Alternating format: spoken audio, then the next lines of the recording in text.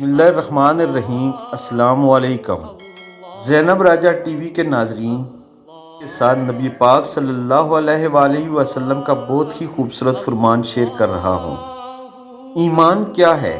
حضرت محمد صلی اللہ علیہ وآلہ وسلم نے ارشاد فرمایا، حضرت علی رضی اللہ تعالیٰ عنہ فرماتے ہیں کہ نبی کریم صلی اللہ علیہ وآلہ وسلم نے ارشاد فرمایا، ایمان دل کی معرفت کا نام ہے، زبان سے کہنے اور اعضاء سے عمل کرنے کا نام ہے۔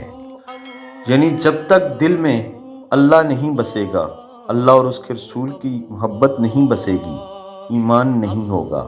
انسان کے دل میں ایک چیز بس سکتی ہے، یا اللہ اور اس کے رسول کی محبت یا شیطان، دونوں گٹھے نہیں ہو سکتے۔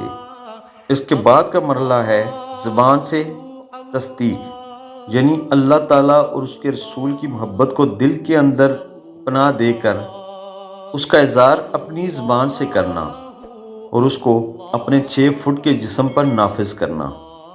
انسان کا حلیہ، اس کی چال ڈال، اس کا بیٹھنا اٹھنا، اس کا اخلاق اگر نبی پاک صلی اللہ علیہ وآلہ وسلم کے بتائے ہوئے طریقے کے مطابق نہیں ہے تو اس کے اندر ایمان نہیں ہے۔